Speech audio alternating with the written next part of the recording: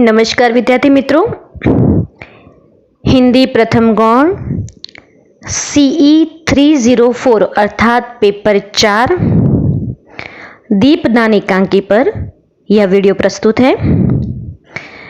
गत वीडियो में हमने दीपदान एकांकी की कथा वस्तु पर प्रकाश डाला था। किस प्रकार एकांकी की कथा वस्तु आगे बढ़ती है और पन्ना अपनी राज्य भक्ति से और अपनी देशभक्ति से कुंवर उदय सिंह की कैसे रक्षा करती है। बनवीर के हाथों से मरने से पूर्व वो अपने बेटे का भी बलिदान दे देती है। उस पर हमने पूरी कथा वस्तु आपके सामने प्रस्तुत की थी। आज इस वीडियो में हम दीपदान एकांकी के शीर्षक पर चर्चा करेंगे। दीपदान एकांकी का शीर्षक जो है उस पर चर्चा करने से पूर्व मैं आपको ये भी कहना चाहूंगी कि एकांकी में बहुत सारे पात्र भी हैं, मगर प्रमुख पात्र है पन्ना। तो पन्ना के चरित्र चित्रण पर प्रकाश डालिए, यह प्रश्न भी आ सकता है। बनवीर की क्रूरता अथवा तो बनवीर की लालसा, ऐसा लघुत्तरी प्रश्न भी आ सकता है। सोना का चरित्र भी आ सकता है, कीरत का चरित्र भी आ सकता है, चंदन की वीरता, ऐसा प्रश्न भी आ सकता है, मगर वो सब संक्षिप्त प्रश्न के रूप में पूछे जा सकते हैं। समीक्षात्मक प्रश्नों में, लंबे उत्तरों में आपको पन्ना का चरित्र चित्रण, एकांकी के तत्वों के आधार पर दीपदान एकांकी की समीक्षा, दीपदान एकांकी की कथा वस्तु और उसका उद्देश्य, इन सब में ध्यान रखना है आपको। दीपदान एकांकी के शीर्षक की सार्थकता पर प्रकाश डालिए, ये प्रश्न वैसे लघुत्तरी प्रश्न में ही आता है, मगर यदि समीक्षात्मक प्रश्नों में पूछा जाए तो हम कह सकते हैं कि दीपदान एकांकी का सार ही उस शीर्षक में है। शुरू करते हैं दीपदान एकांकी का शीर्षक। तो सबसे पहले आपको प्रश्न के उत्तर में दीपदान एकांकी के रचयिता डॉक्टर राम कुमार वर्मा के बारे में लिखना है। 4-5 वाक्य, उनकी अन्य रचनाएं और उनकी विशेषताएं। उसके बाद शीर्षक किसे कहते हैं, तो किसी भी एकांकी या किसी भी रचना का शीर्षक जो है वो कोई प्रधान पात्र, प्रधान घटना, कोई प्रधान समस्या या ऐसी परिस्थिति होती है उस पर रचा जाता है शीर्षक। हमेशा याद रखना है कि किसी भी रचना का शीर्षक उस रचना का पूरा सार भी प्रस्तुत करता है। आप लोगों के जब आप लोग 8वीं 9वीं कक्षा में या 11वीं 12वीं कक्षा में थे, तब मुद्दों सहित जो है पूरी कहानी लिखिए, मुद्दे दिए गए होते हैं और उसको जोड़कर आपको कहानी पूरी लिखनी होती है। फिर नीचे ये भी लिखा होता है कि उस कहानी का योग्य शीर्षक अपने अनुसार आप डालिए। तो आप योग्य शीर्षक भी लिखते थे, तो वो शीर्षक किस आधार पर लिखते थे, पूरी कहानी आप मुद्दे के साथ जोड़कर पूरी कहानी जब लिखते थे तो उस कहानी के सार के रूप आप शीर्षक लिखते थे। उसी प्रकार एकांकी हो, नाटक, उपन्यास या कहानी, शीर्षक बहुत महत्वपूर्ण है, क्योंकि शीर्षक जो है वही पाठक को उस रचना के पढ़ने के लिए प्रेरित करता है, उत्सुक करता है। सबसे पहले तो शीर्षक वो पढ़ेगा ना, उसके बाद वो रचना पढ़ेगा। तो पाठक रचना पढ़े उसके लिए वो शीर्षक संक्षिप्त के साथ साथ ऐसा रहस्यमय होना चाहिए कि हर एक के मन में ये प्रश्न उपस्थित हो कि दीपदान यानी क्या होगा दीपदान में। तो एक प्रकार की उत्सुकता बढ़े, कोई कौतूहल या रहस्य पैदा हो और साथ साथ उस रचना का सार भी प्रस्तुत हो।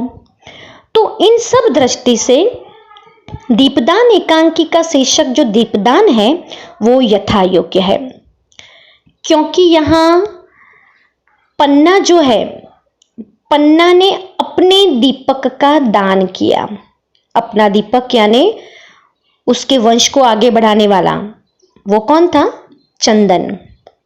कुंवर उदयसिंह भी थे, मगर कुंवर उदयसिंह तो महाराणा सांगा के वंश को आगे बढ़ाने वाले थे।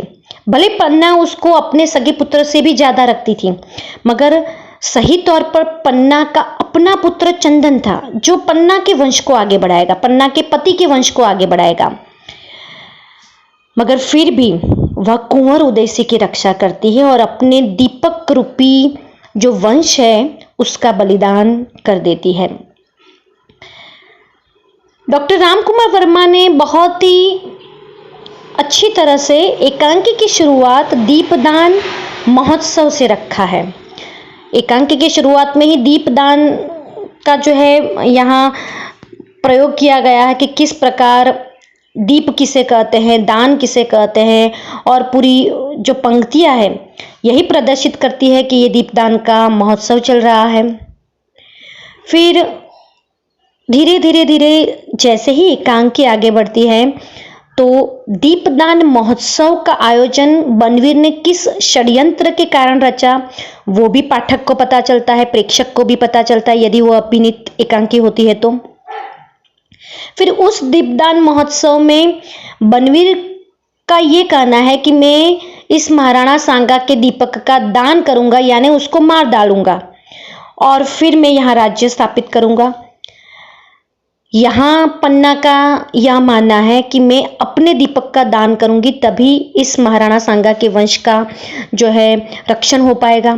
तो दोनों की आप दृष्टि देखिए, यहाँ पन्ना है जो निस्वार्थ रूप से अपना भी त्याग करके, सब कुछ त्याग करके राज्य भक्ति प्रकट करती है, और यहाँ बनवीर है जो राज्य भक्ति तो एक और, मगर वो कूटनीति से और बहुत ही क्रूरता से किसी का भी वध करने के लिए तैयार है, और उसको फिर वो दीपदान कहता है। वैसे दान की गरिमा को उसने कलंकित किया है बनवीर ने, फिर भी वो दीपदान शब्द का प्रयोग करता है। तो इन दोनों शब्दों में दोनों व्यक्तियों के बीच क्या अंतर है, यहाँ एकांकिका ने ये भी प्रस्तुत किया है। कुंवर उदयसिंह दीपदान महोत्सव में हिस्सा लेने के लिए, वहां जाने के लिए बहुत उत्सुक है। तो वहां पन्ना जब मना करती है तब कुंवर उदयसिंह भी पन्ना को पूछते हैं कि अम्मा तुम्हें ये सब पसंद नहीं है, तुम्हें नहीं लगता कि यहाँ इतनी अच्छी जो है नृत्यांगना नाच कर रही है तो हम उसे देखने के लिए जाए, तुम्हें भी क्यों कोई शौक नहीं है। तो यहाँ जो प्रश्न कुंवर उदयसिंह ने प्रस्तुत किया है, यहाँ ये बताया गया है कि पन्ना हर एक त्योहार को, हर सुख की बातों का त्याग कर सकती है अपने कुंवर उदयसिंह के लिए। उसे कहीं ना कहीं भनक लग गई थी कि इस बड़े त्योहार के पीछे कोई ना कोई राजनीति और कपट नीति है। अब यदि वो उस उत्सव में भाग लेने जाती और अपने मनोबल को मक्कम न रखती और उस त्योहार के रंग में रंग जाती तो हो सकता है कुंवर उदयसिंह की रक्षा नहीं हो पाती। मगर वह बहुत ही सजग रहकर उस दीपदान के महोत्सव में जाती भी नहीं है और यहाँ योजना बनाती है कुंवर उदयसिंह की रक्षा करने का। दीपदान महोत्सव जो रचा गया था, जिसमें स्त्रियां दीप का दान करती है, दीप को तुलजा भवानी के सामने रखकर उसका दान करके कोई ना कोई मन्नत मांगती है। तो यहाँ पन्ना तुलजा भवानी के सामने अपने पुत्र चंदन की नहीं मगर कुंवर उदयसिंह की रक्षा की मांग करती है, और तुलजा भवानी जो है माता जी उसे यह वरदान जैसे दे देते हैं और एक उपाय बता देते हैं कीरत का, और कीरत जूठी पतलों में कुंवर उदयसिंह को रखकर कुंवर उदयसिंह को राजमहल से बाहर ले जाने में सक्षम हो जाता है, और इसी से पन्ना की वैसे जीत होती है। पन्ना की इस प्रकार तो जीत हो गई, मगर जब उसका पुत्र चंदन बनवीर के हाथों मारा गया तब वह जैसे एक बहुत ही असहाय और एक जैसे बिना की एकदम दुखी और निराधार माता बन जाती है। एक माँ जब आंखों के सामने अपने पुत्र की हत्या होते देखती है तो क्या हालत होती है, उसका निरूपण भी एकांकिका ने किया है। बनवीर जब चंदन को कुंवर उदयसिंह समझकर मारने जाता है, क्योंकि वो मद में, नशे में चूर है, क्रोध में भी चूर है, क्रोध में वो डूबा हुआ है, कुंवर उदेसी के कपड़े और आभूषण पन्ना ने अपने पुत्र को पहना दिए हैं, मगर फिर भी वो बनवीर को अंत तक याचना करती है कि तुम उसे मत मारो, मैं उसे कहीं राज्य के बाहर ले जाऊंगी, तुम ये पूरा राज्य ले लो। क्योंकि उसको ये लगता है कि हो सके कि बनवीर शांत हो जाए और कम से कम मेरा पुत्र मारा न जाए। मगर बनवीर की क्रूरता के आगे पन्ना की निस्वार्थमयता, पन्ना का वात्सल्य एक दूर हो जाता है और इसी से बनवीर जो है बहुत ही निर्ममता से चंदन को तलवार से उस पर वार कर देता है। चंदन की मृत्यु हो जाती है, फिर भी अभी बनवीर को पता ही नहीं है कि ये चंदन है। मगर खून से लथपथ शरीर को देखकर, सोए हुए चंदन को मरते हुए देखकर ये मां पन्ना जोर से रुदन करने लगती है और आहत होकर गिर जाती है, बेहोश हो जाती है। कहा जाता है, एकांकिकार ने अंत में कहा है कि पन्ना ने अपने दीपक का दान किया।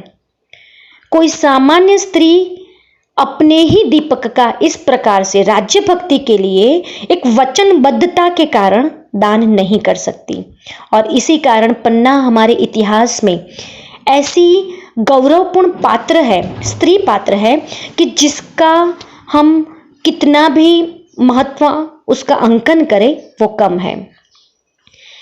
पन्ना के चरित्र के साथ साथ पन्ना की महानता यहाँ प्रस्तुत की गई है। उसने दीपक का दान किया और इसी से ये शीर्षक है। तो शीर्षक का मतलब ही ये होता है कि एकांकी या रचना की शुरुआत और अंत उस शीर्षक से जुड़ी हुई हो। तो विद्यार्थी मित्रों, एकांकी की शुरुआत होती है दीपदान महोत्सव से। तो एकांकी की शुरुआत दीपदान महोत्सव से हुई, इसलिए शीर्षक की सार्थकता यहाँ प्रकट हो गई। पन्ना ने अपने दीपक का दान किया और बनवीर भी बार बार बोलता है कि मैं तुम्हारे दीपक का दान करूंगा, यानी बनवीर का मतलब है कुंवर उदयसी का, और इस प्रकार से मैं राज्य में अपना शासन जमाऊंगा, ऐसा कहते हुए वो मारता है। तो वो भी यहाँ शीर्षक प्रस्तुत होता है। एकांकी के अंत में कहा जाता है कि इस प्रकार पन्ना ने अपने दीपक का दान किया। तो यहाँ भी शीर्षक अंत तक विद्यमान है और अंत में भी अपनी सार्थकता प्रकट करता है।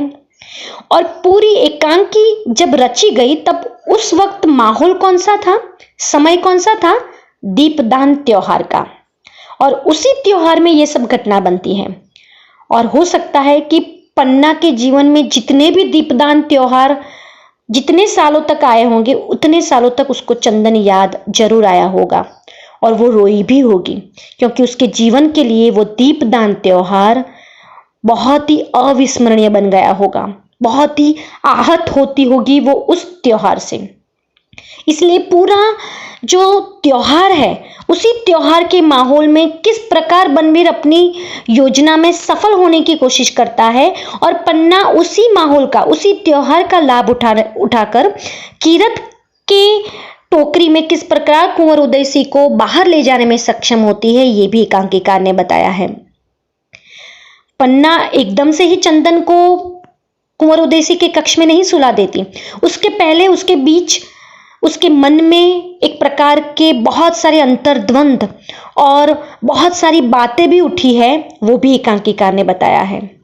वो दुखी भी हुई है, आहत भी हुई है। फिर एकदम से उसके भीतर एक ध्वनि पैदा हो जाती है कि नहीं, तुमने महाराणा सांगा और उनकी पत्नी यानी महारानी को वचन दिया है कुंवर उदयसी की रक्षा का, मैं अपना भी रक्त देकर उनकी रक्षा करूंगी। शायद चंदन के बाद उसे खुद मरना पड़े तो भी वो तैयार थी। यहाँ तक बनवीर जब चंदन को मारने के लिए जाता था तब भी पन्ना ने कहा कि पहले मेरी हत्या करो, उसके बाद कुंवर उदयसी की हत्या करना। मगर बनवीर जो है उसे धक्का मार देता है और कहता है कि नहीं, मैं तुम्हारी हत्या नहीं करूंगा। तो यहाँ अपने पुत्र के पहले खुद मरने की वो बात सोचती है, तो वो भी उसकी एक वात्सल्यमयता और उसकी निस्वार्थ भावना दिखाई देती है। अपने पुत्र को इस प्रकार खून से लथपथ देखना और उसकी कल्पना भी करना कि यदि बनवीर आएगा और मेरे पुत्र को मार देगा, ये ही बहुत एक ऐसी बात है जो हम सोच भी नहीं सकते। पन्ना ने जब चंदन के पैर में लहू निकलते देखा तभी वह इतनी आहत हो चुकी थी और रो पड़ी थी। और चंदन उस वक्त बोलता भी है कि इतना लहू देखकर माता तुम डर गई, मैं तो बहुत वीरता का प्रदर्शन करने वाला हूँ, कुंवर उदयशी की रक्षा करने वाला हूँ। तब एक माँ के हृदय में कैसी भावना उठी होगी, उसका भी एकांकिका ने चित्रण किया है। यानी दीपदान एकांकिका यह शीर्षक यथा योग्य है। वैसे दीपदान एकांकिका शीर्षक पन्ना धायमा यह भी रख सकते हैं, क्योंकि पूरी एकांकी जो है वो पन्ना के चरित्र पर ही रची गई है ऐसा लगता है। मगर फिर भी पन्ना प्रमुख पात्र के आधार पर शीर्षक न रखकर उस प्रमुख घटना के आधार पर दीपदान एकांकिका शीर्षक दीपदान रखा गया है। प्रमुख घटना थी दीपदान त्योहार में पन्ना का अपने पुत्र दीपक का, वैसे उसका नाम था चंदन मगर कुल दीपक का त्याग करना, और इसी कारण दीपदान एकांकिका शीर्षक प्रमुख घटना के आधार पर और पन्ना के दीपक के दान के आधार पर यथा योग्य है और सार्थक है। ये आपको सिद्ध करना है इन सभी बातों के द्वारा, और इस प्रकार से हम दीपदान एकांकी के शीर्षक को सार्थक सिद्ध कर सकते हैं। यहाँ तक आपने ये वीडियो सुना। अभी अगले वीडियो में हम पश्चात वीडियो में इस एकांकी पर अधिक चर्चा करेंगे। धन्यवाद।